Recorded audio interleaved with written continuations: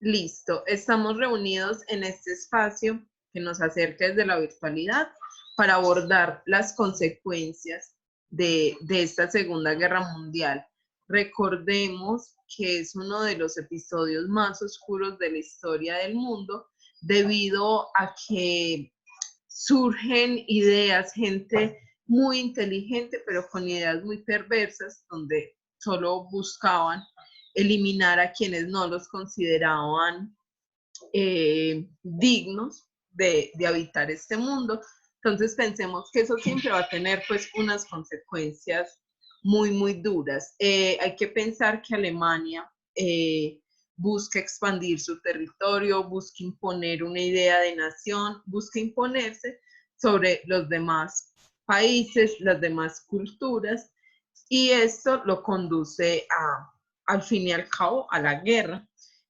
Recordemos también que esta Segunda Guerra Mundial tuvo dos frentes, el frente europeo y el frente en el Pacífico, y que en momentos diferentes se finaliza cada una de las guerras. Entonces, vamos a ver cómo finaliza la guerra en cada frente. El fin de la guerra en Europa se da en 1945, iniciando. Se unen en una alianza muy estratégica, diría yo, por vencer un enemigo común entre los ingleses, los estadounidenses y los soviéticos. Recordemos que los soviéticos y ya los ingleses tienen una mirada, por decirlo así, opuesta frente a lo económico y lo político, y al final terminan uniéndose por derrotar a un enemigo común que en ese momento estaba más fuerte. La imagen que vemos es cuando Rusia logra penetrar en Berlín, capital del Imperio Alemán, y que después de aquí es que salen estas historias que Hitler que escapa, que Hitler se suicida, donde la más avalada obviamente es el suicidio. Esto se toma como un regalo que Estados Unidos le hace a Rusia. Rusia no era tan fuerte y Estados Unidos, cuando logran penetrar a estas ciudades, dice como no, dejémosle la capital a Rusia, un regalo que seguramente va a venir con la búsqueda de alguna recompensa. Finaliza la guerra en Europa en mayo. Ya Alemania ha presentado su rendición oficial y pasamos a que la guerra en el Pacífico no ha terminado. Recordemos que esta guerra en el Pacífico inicia cuando Japón invade Manchuria, territorio chino. Empieza también la expansión del imperio nipón y deciden bombardear la base naval de Pearl Harbor en Estados Unidos, en Hawái. Obviamente, Estados Unidos no se quedó callado, despliegan tropas al Pacífico, y es así que inicia pues esta guerra muy duro, que decidieron las potencias que lanzaran la bomba atómica para obligar a Japón a que se rindiera, y es así que se aprueba lanzar la bomba en Hiroshima y en Nagasaki para agosto. Ya para septiembre Japón había presentado su rendición oficial. Entonces vemos varios meses de diferencia entre ambos frentes de la guerra.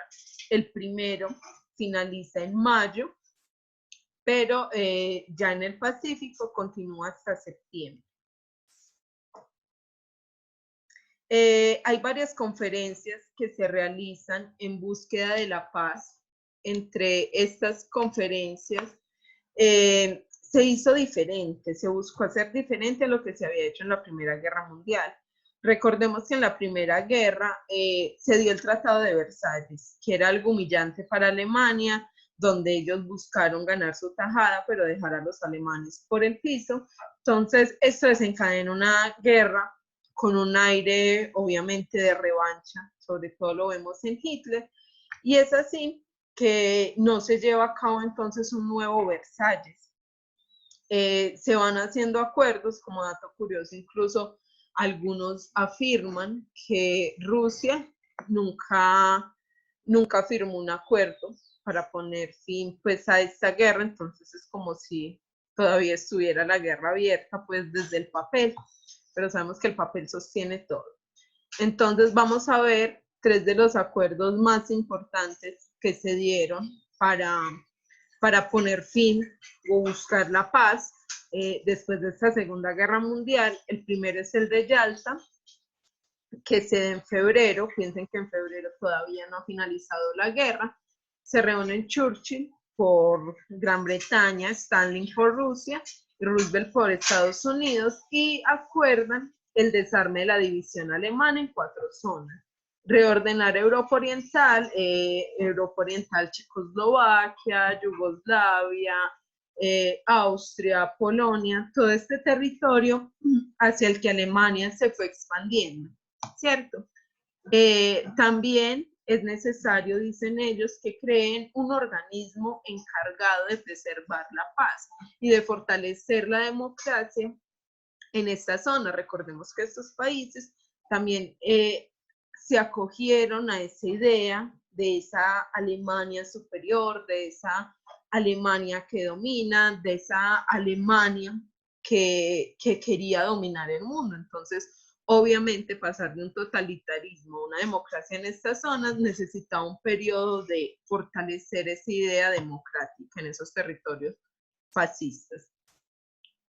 El segundo tratado que quiero compartirles es Dumbarton Oaks y San Francisco. ¿Por qué es importante este tratado? Porque entre abril y junio se crea ese organismo para buscar la paz y crean las Naciones Unidas, ¿cierto? La Organización de Naciones Unidas. Se reúnen ingleses, franceses, estadounidenses y soviéticos, que eran al fin y al cabo los vencedores, y también se crean un asunto de seguridad para abordar estos temas de conflictos internacionales como una mediación, pero vemos que la mediación fue creada al igual que la Sociedad de Naciones por el bando ganador. Crean así en 1948 la Declaración Universal de los Derechos Humanos. Aquí les dejo un audio para que lo escuchen con el preámbulo de esta declaración. ¿Por qué me parece importante que lo escuchemos? Porque en ese preámbulo se observa cómo aunque no mencionan Alemania, se crea la Sociedad de Naciones diciendo, la Sociedad de Naciones, no la ONU, diciendo no puede volver a ocurrir lo que nos ocurrió en estas guerras mundiales. No podemos volver a llegar a la infamia, no podemos matar a la gente por pensar distinto y todos somos iguales, tenemos derecho, los pueblos tienen derecho a independizarse, los pueblos tienen derecho a su propia cultura. Entonces, por eso es importante que lo vayamos conociendo. El último es el de Potsdam. En el 15 de julio de 1945 se reúnen ya Churchill, Stalin y Truman ya por Estados Unidos. Acuerdan dividir la capital alemana en 4 zonas. Como vemos, cada una de las potencias se hace a una zona. Vemos por aquí Gran Bretaña, Estados Unidos, Francia y Rusia. Se apoderan de Berlín, y ahí porque se construye el muro de la infamia o el muro de Berlín, dividiendo la Berlín o la Alemania capitalista de la Alemania socialista en su momento. Se buscó dividir Viena, capital de Austria, mantener el control sobre ciertos países y realizar el ataque final contra Japón. Ya vieron que fueron las bombas atómicas. Esto no lo decide Estados Unidos solo, sino que tiene el apoyo también de estas potencias. Y es muy importante también esta conferencia porque es donde se crean los juicios de guerra. Los juicios de guerra son para juzgar a las personas que estuvieron involucradas con el Holocausto. Inician en noviembre los juicios de Nuremberg y es terrible porque empiezan a salir a la luz cosas más terribles de lo que se sabía. Empieza a salir proyectos, empiezan a salir ideas horrendas, empiezan a salir métodos de tortura muy fuertes, pues, que no nos esperábamos debido a estos juicios. Por último, hay que tener en cuenta también los resultados de esta guerra. Como les decía, fue una guerra dura, fue una guerra con muchos muertos. Y lo más duro, o lo que ellos llaman el mal encarnado, algunos autores lo denominan así. ¿Por qué? Porque esta guerra fue la representación de todo lo malo que puede llegar a ser el ser humano. Nadie se imaginaría que un hombre brillante, un hombre con estudio, un hombre conocedor, llegara a aportar su conocimiento para matar a los otros, como ocurrió en los campos de concentración. La imagen es del campo más grande, que es el de Auschwitz, y les comentaba que incluso este campo de concentración aparece en una película de los X-Men, cuando Magneto está joven, no recuerdo muy bien cuál película, se va a Auschwitz, resulta que él era polaco, entonces había estado en un campo de concentración, o no sé si el papá, pero muestran este campo de concentración bastante fuerte, lo que encuentran, cómo rasguñan las paredes buscando salir de las cámaras de gas, cómo eran clasificados. Ser homosexual era un pecado, no merecía la vida, ser judío no merecía la vida, pertenecer o contradecir a Hitler era comprarse ya un boleto al más allá. Entonces, muy interesante ver esta guerra, cómo nos muestra un panorama muy oscuro y que nos sirve para reflexionar en la actualidad, que esto, muchachos, no puede volver a ocurrir, un Auschwitz no puede volver a ocurrir. Y por eso es que toman tanta fuerza en la escuela, aunque a veces las tomemos como relleno, materias como sociales para aprender esto, no volverlo a hacer, materias como ética, materias como religión, que van por la formación humana. El relleno, muchachos, es, o lo que ustedes llaman muchas veces relleno, es lo que nos invita a que esto no puede volver a ocurrir, y para eso nos debemos preparar los seres humanos. Lo que les contaba, muchísimas muertes, se calcula entre 50 y 60 millones de muertes, muchos por los bombardeos, otros por la hambruna, enfermedades, difícil acceder a un médico. Recuerden que las mujeres son quienes se hacen cargo de la economía, pues la mayoría de hombres debían ir al campo a combatir.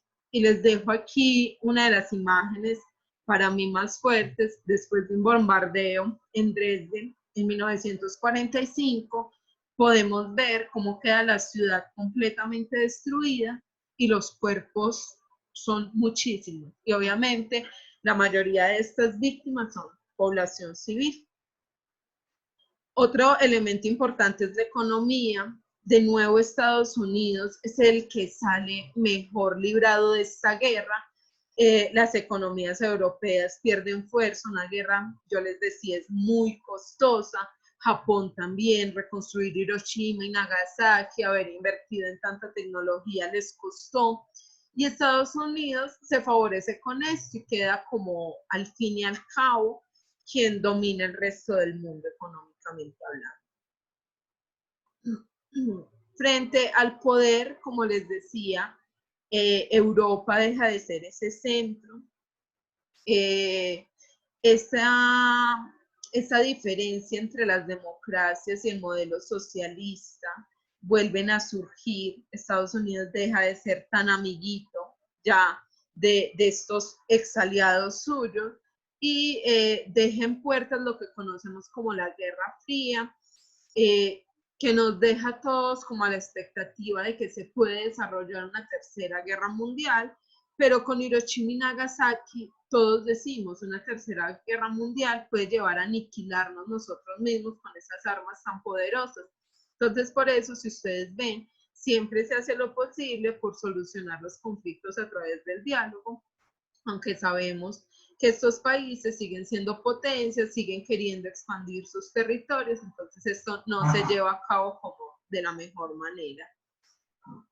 Si vemos que Europa pierde ese poder, eso significa que también va a perder ese poder ideológico y político y económico sobre sus colonias. Piensen que en estos momentos no les he hablado de África, no he hablado de sus colonias en Asia, pero estas colonias siguen estando. Y estas colonias dicen, claro, ustedes me hablan de derechos humanos, muy hermoso, pero sigo siendo colonizado por usted. Entonces empiezan a haber manifestaciones, protestas, porque ellos no desean seguir bajo el yugo o bajo el poder y dominación de estas potencias. Entonces se manifiesta el descontento hacia todo tipo de dominación y empiezan unas luchas, unas rebeliones por buscar esa libertad, por resistir, por recuperar sus tradiciones y entender que Europa no es el centro, que el europeo no es lo civilizado ni lo mejor, sino que ellos tienen una cultura propia que los hace diferentes y que no por ello son inferiores a nadie. Entonces miren que la Declaración Universal de Derechos Humanos también nos ayuda a comprender o a dar un argumento a estas luchas. Sería muy irónico que con una declaración de derechos humanos que solo protege a Europa, entonces en las colonias no aplicara. Y muchas veces vamos a ver, cuando empecemos a ver un poquito estas rebeliones en el continente afroasiático, que, que aunque se quiera, lo que ellos hacen en ciertos momentos es imponer los derechos humanos, no como algo que se acojan estas poblaciones. Entonces hay que mirar también eh, el lado un poco negativo, por decirlo de alguna forma, de esta Declaración Universal de Derechos Humanos que sale de Europa en su ánimo de que no se vuelva a repetir una guerra, pero son impuestos a la fuerza a los demás. Piensen que no fue una cosa democrática ni participativa porque no invitaron a todos los países a que redactaran o desde su perspectiva ayudaran a sacar esta declaración. Eso es lo que les quería compartir. Por aquí las referencias, casi todas son de las imágenes. Estas consecuencias se leen muy bien en una página que se llama Sabuco de Historia, si la quieren consultar. Y agradezco mucho que me hayan acompañado el día de hoy. Listo, muchísimas gracias.